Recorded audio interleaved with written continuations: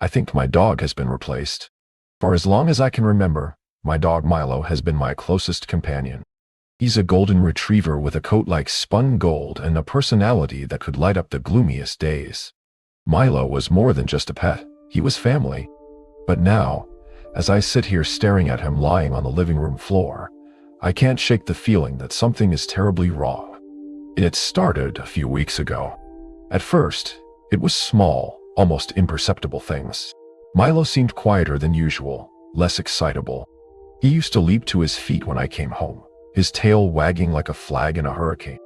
Now, he merely raises his head, his tail thumping once or twice before he rests it again. I told myself he was just getting older. After all, he's 8 now, not the spry puppy he once was. But then the changes became more noticeable.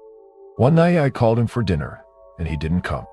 That was strange in itself. Milo lived for mealtime. I found him in the corner of the bedroom, staring at the wall. His head tilted slightly, his ears perked as if he were listening to something I couldn't hear. "Milo," I said softly. He didn't respond. When I touched his back, he jumped like I'd startled him, then turned to look at me with an expression I couldn't quite place. It wasn't fear. It wasn't anger. It was unfamiliar. The next day, I took him to the vet. I explained the changes in his behavior, but after a thorough examination, the vet assured me that Milo was perfectly healthy. "Sometimes dogs go through phases," she said. "He might just be a little off. Keep an eye on him, but I wouldn't worry too much." I nodded, though her words didn't comfort me.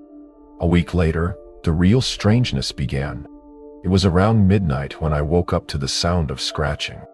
At first, I thought it was coming from the front door, but as I got out of bed, I realized it was coming from the window.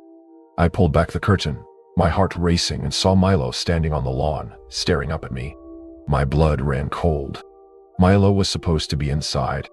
I ran downstairs, my bare feet slapping against the hardwood floor, and found the back door wide open.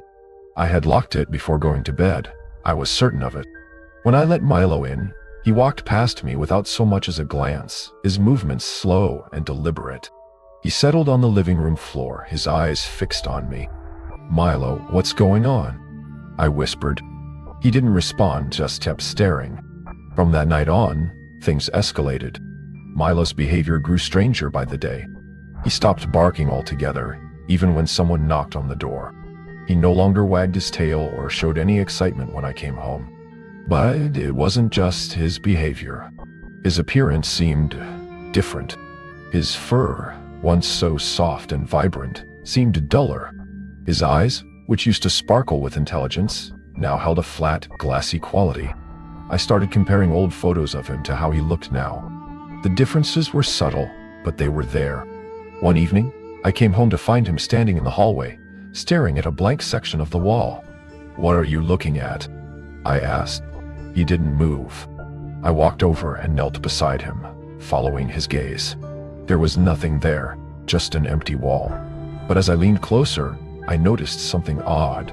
The wallpaper had small, nearly imperceptible scratches, as if claws had been dragged across it. "Milo," I said, my voice trembling. "What are you doing?" He turned his head to look at me, his eyes catching the dim light in a way that made them seem almost reflective. For the first time in my life, I felt afraid of my dog. That night, I couldn't sleep. Every creak of the house, every soft rustle, set my nerves on edge. Around 3 a.m., I heard a noise coming from the kitchen. It was a soft, wet sound, like something being dragged across the tile. I grabbed my phone for a flashlight and crept downstairs. Milo was there, his back to me. His head was low and his body was tense. "Milo," I whispered. He turned slowly, his mouth slightly open. His teeth, normally pristine and white, seemed sharper than I remembered, almost jagged. In the dim light, I saw what he'd been chewing on, a small, unrecognizable bone. The next morning, I called a dog behaviorist. When she arrived, Milo greeted her with a calmness that seemed calculated. He sat still as she examined him, his tail motionless. Afterward, she pulled me aside. "There's nothing physically wrong with him," she said, her tone hesitant. "But Something feels off. What do you mean? I asked. I can't explain it, she admitted. It's like he's watching me. The way she said it sent a chill down my spine. That night, I decided to record Milo. I set up a camera in the living room, aimed at his usual sleeping spot, and let it run while I went to bed. The next morning, I reviewed the footage. At first, everything seemed normal. Milo lay on the floor, his chest rising and falling rhythmically. But around 2 a.m., he sat up. For the next hour, he didn't move. He just sat there staring directly at the camera. I fast-forwarded, my unease growing with every passing minute. Milo didn't move the entire time.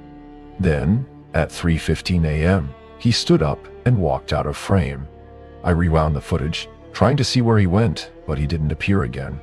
When I checked the house, all the doors and windows were locked. The final straw came a week later. I woke up to find Milo sitting at the foot of my bed, staring at me. His mouth was open, and his breath smelled foul, like rotting meat. I sat up slowly, my heart pounding. Milo? He tilted his head, his eyes narrowing slightly. That's when I noticed something that made my blood run cold.